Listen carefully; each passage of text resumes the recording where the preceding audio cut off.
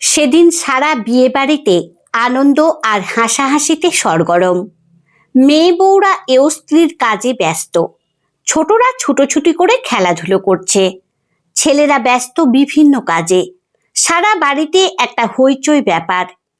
রমণীবাবুর মনে একদম শান্তি নেই। মা মরা একমাত্র মেয়েটা চলে যাবে শ্বশুরবাড়ি।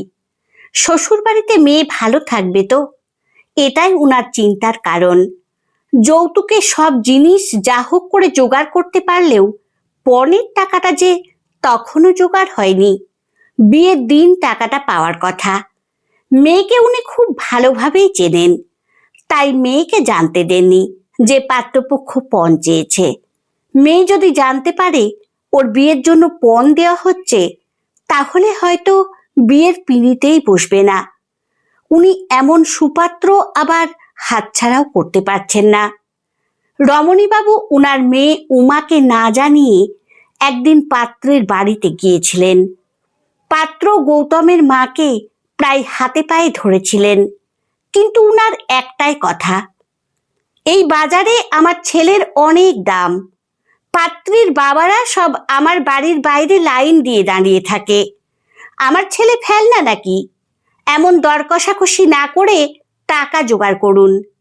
টাকা না পেলে আমি কিন্তু বিয়ের আসন থেকে বর তুলে আনবো, ছেলের অন্য জায়গায় বিয়ে দেব। রমণীবাবু আর কথা বাড়াননি। সেদিন বাড়িতে এসে ঠিক করেন উনার ভিটে বাড়িটা বিক্রি করে দিয়ে পণের টাকা জোগাড় করবেন। সেই মতো উনি উনার গ্রামের মহাজন হরিসাধন বাবুর কাছে যান। সেদিন হরিসাধন বাবু পাওনা আদায় করতে বেরিয়েছিলেন, তাই দেখা হয়নি। সেদিনই এক খদ্দের এসেছিলেন। উনি কানাঘুষো শুনেছিলেন এই ভিটে বিক্রি হবে। উনি এই ভিটে নিতে ইচ্ছুক, তাই বেশ কিছু টাকা দিয়ে ভিটেটা বায়না করতে চান। পরে সব টাকা দিয়ে উনি এটা কিনে নেবেন, তবে টাকার বদলে ভিটের দলিলটা উনাকে দিতে হবে। উনি আরো বলেন আজ এক্ষুনি উনি টাকা দিতে পারবেন না, পরে এসে টাকা দিয়ে দলিল নিয়ে যাবেন। রমণীবাবু বলেন 14ই মাঘ আমার মেয়ের বিয়ে, তার আগে টাকাটা চাই। উনি বলেন 14ই মাঘের সকালে এসেই টাকা দিয়ে যাবেন। বিয়ের দিন সকালে লোকটা আবার আসেন। রমণীবাবু সেদিন যেন হাতে স্বর্গ পেলেন। উনি আর কিছু জানতে চাননি। মেয়েকে না জানিয়ে লোকটার হাত থেকে টাকাগুলো নিয়ে দলিলটা গচ্ছিত রাখেন। পরে গুনে দেখেন এই টাকা থেকে মেয়ের পণের টাকা দেওয়া হয়ে যাবে। মেয়ে জানতে পারলে দলিলটা কিছুতেই দিতে দিত না, আর টাকা তো নিতই না, এমনকি বিয়েও করতো না। উমা জানে মায়ের অনেক গয়না আছে, সেটা পরে ওর বিয়ে হবে, আর বাবা চাকরি করে যে টাকা জমিয়েছে সেটা দিয়ে ওর বিয়ে হয়ে যাবে। তাই এসব নিয়ে ওর চিন্তা নেই। ওর চিন্তা বাবাকে নিয়ে। ও চলে গেলে বাবাকে কে দেখবে, সেটা মনে করলেই উমার বুক ফেটে যাচ্ছে। উমা প্রায়ই আড়ালে কান্নাকাটি করে, তবে বাবাকে বুঝতে দেয় না। উমা একদিন রমণীবাবুকে বলেছিল, বাবা আমি বিয়ে করব না, আমি চলে গেলে তোমাকে কে দেখবে? রমণীবাবু বলেন, তুই বিয়ে না করলে তোর মাকে আমি কি জবাব দেব? আমি যে তোর মায়ের কাছে অপরাধী হয়ে থাকব। তুই আর না করিস না মা, আমি একা মানুষ, আমার ঠিক চলে যাবে। তাছাড়া মাঝে মধ্যে তুই তো আসবি, তুই আমার জন্য একদম চিন্তা করিস না। মেয়েকে সান্ত্বনা বাক্য শোনালেও রমণীবাবুর মন খুব খারাপ। মেয়ে যে উনার সব ছিল, মেয়েকে ছেড়ে কি করে যে থাকবেন সেটা ভাবলেই উনার ভয় করছে।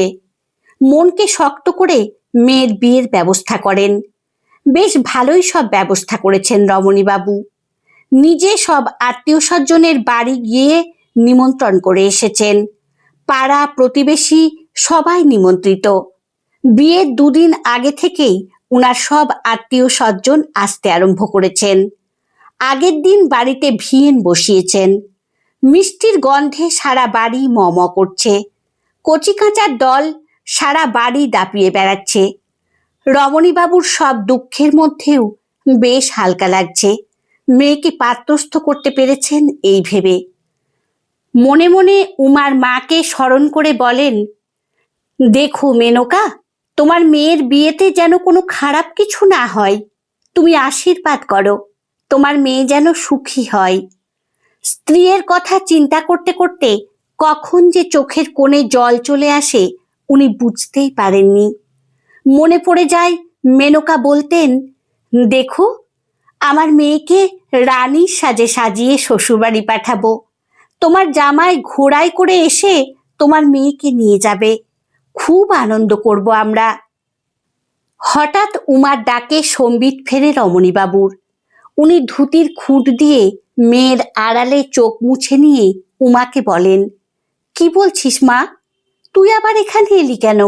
সবার সাথে তুই আনন্দ কর। উমা বলে, তোমাকে পুরোহিত মশাই ডাকছেন, নান্নি মুখে বসতে হবে যে। রমণীবাবু বলেন, হ্যাঁ চল মা, বলেই বিয়ের জায়গায় চলে যান।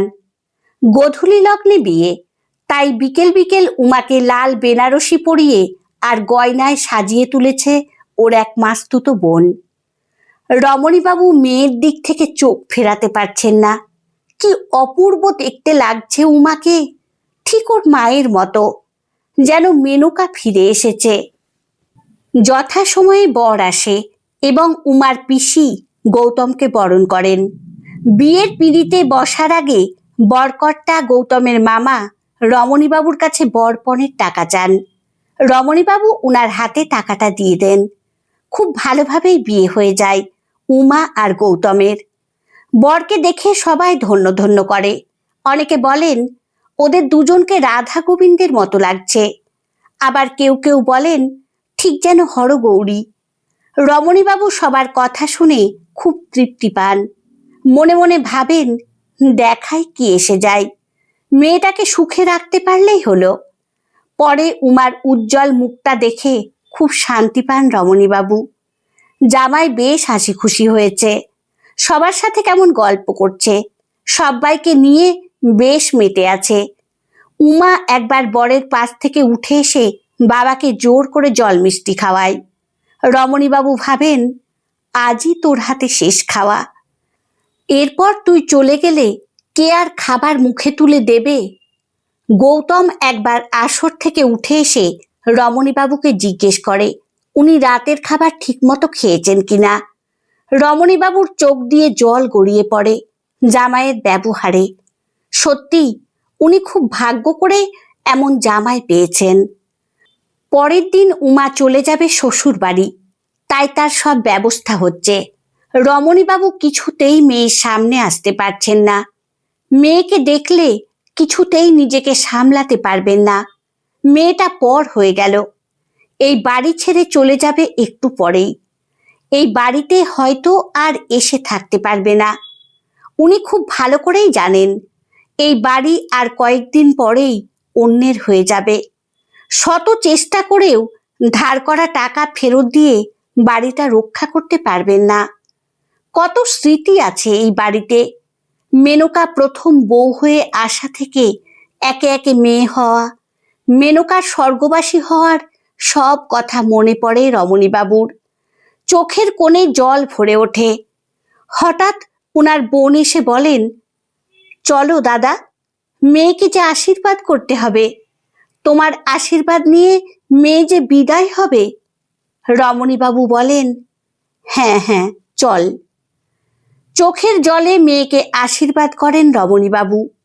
মেয়ে শ্বশুরবাড়ি চলে যাওয়ার সময় উনি ওখানে থাকতে পারেননি, ঘরে চলে আসেন। মেনকার ফটোর সামনে দাঁড়িয়ে কাঁদতে কাঁদতে বলেন, তোমার মেয়ে শ্বশুর বাড়ি গেল, তুমি ওকে প্রাণ ভরে আশীর্বাদ করো, ও যেন সুখী হয়। এইভাবেই কেটে যায় কয়েকটা দিন। এরপর অষ্টমঙ্গলায় উমা আর গৌতম আসে। রথিনবাবুর বোন ছিলেন, উনি ওদের বরণ করে ঘরে তোলেন। বাড়িতে খাওয়া দাওয়ার অনেক আয়োজন হয়েছে। কয়েকজন আত্মীয় নিমন্ত্রিত, তারাও এসে গেছেন নবদম্পতিকে দেখতে। রমণীবাবুর মনে শান্তি নেই। মনে ভাবেন, এটাই শেষ আনন্দ এই বাড়িতে, এবার এটা হয়ে যাবে অন্যের। মেয়েকে কিছু বলা হয়নি। উমা শুনলে খুব কষ্ট পাবে, কি জানি কি করে পোষবে। উমা খুব হাসি খুশি আছে, গৌতমও বেশ হাসি খুশিতে আছে। পরের দিন ওদের মঙ্গলের জন্য নারায়ণ পুজোর জোগাড় করা হয়েছে। রমণীবাবু ভাবেন এটাই এই ভিটেতে শেষ নারায়ণ পুজো, তাই খুব বড় করেই পুজোর আয়োজন করেন। সেদিন উমা বাড়ির বড়দের প্রণাম করে নতুন শাড়ি দেয়, আর গৌতম প্রণাম করে মিষ্টি দেয়। রমণীবাবুকে একটা ধুতি আর পাঞ্জাবি দিয়ে উমা প্রণাম করে। গৌতম রমণীবাবুকে প্রণাম করে উনার হাতে একটা প্যাকেট ধরিয়ে দিয়ে বলে, খুব সাবধানে তুলে রাখুন এটা। রমণীবাবু বলেন, এটা কি বাবা, কিসের কাগজ? পরে খুলে দেখেন উনার বাড়ির দলিল। উনি অবাক হয়ে জামাইয়ের দিকে তাকিয়ে থাকেন, বলেন, এটা তুমি কোথায় পেলে বাবা জীবন? এটা তো আমি।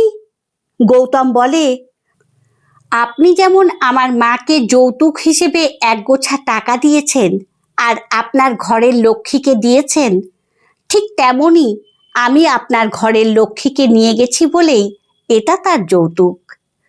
পরে অনুযোগের সুরে বলে, কেন বলুন তো, ছেলেরা কেবল যৌতুক পাবে, মেয়েরা কেন নয়? উমায় বা আমার থেকে কম কি? আপনি একদম না করবেন না, এটা আমি আপনাকে উপহার দিলাম। পারলে আমার মাকে ক্ষমা করে দেবেন। তবে আমার মাও খুব অনুতপ্ত, উমাকে উনি সত্যিই ঘরের লক্ষ্মী মনে করেন। আসলে এই কয়েকদিনেই উমা আমার মায়ের মন জয় করে নিয়েছে। ওর ব্যবহারে আমার মা উনার সব দোষ কবুল করেছেন আমার কাছে। উনি বলেছেন সব টাকা আপনাকে ফেরত দিতে, কিন্তু যখন সব জানতে পারেন তখন উনি খুব খুশি হন। উনি আপনার কাছে ক্ষমা প্রার্থনা করেছেন। রমণীবাবু বুঝতে পারেন মেয়েকে উনি সৎপাত্রেই দান করেছেন। শ্বশুর বাড়িতে মেয়ের কোনো অযত্ন হবে না, মেয়ে বেশ সুখেই থাকবে, এখন মরেও শান্তি। পরে উনি জানতে পারেন যেদিন রমণীবাবু গৌতমদের বাড়িতে গিয়েছিলেন গৌতমের মায়ের কাছে পণের টাকা জোগাড় করতে পারেননি সেটা জানাতে, সেদিন গৌতম আড়াল থেকে উনাদের কথাবার্তা শুনেছিল। গৌতমই ওই লোকটাকে ছল করে পাঠিয়েছিল টাকা দিয়ে। গৌতম বুঝতে পেরেছিল রমণীবাবু খুব সৎ মানুষ, এমনি এমনি টাকা দিলে নেবেন না, তাই বাড়ির দলিলের বিনিময়ে টাকা দিয়েছিল গৌতম ওই লোকটার মারফত। উমাকে বিয়ের পরে বৌভাতের রাতে সব কথা গৌতম বলে দিয়েছিল। উমা খুব খুশি এমন ভগবানের মতো স্বামী পেয়ে। রমণীবাবুও খুব খুশি এমন সুন্দর যৌতুক পেয়ে। এই গল্পের প্রেক্ষাপট এখনকার নয়, বহুদিন আগের। তখন পণপ্রথা দেওয়া নেওয়া নিয়ে কোনো আইন ছিল না। গল্পটি আপনাদের কেমন লাগলো কমেন্টে অবশ্যই জানাবেন। ভালো লাগলে লাইক ও সাবস্ক্রাইব করে পাশে থাকবেন। ধন্যবাদ।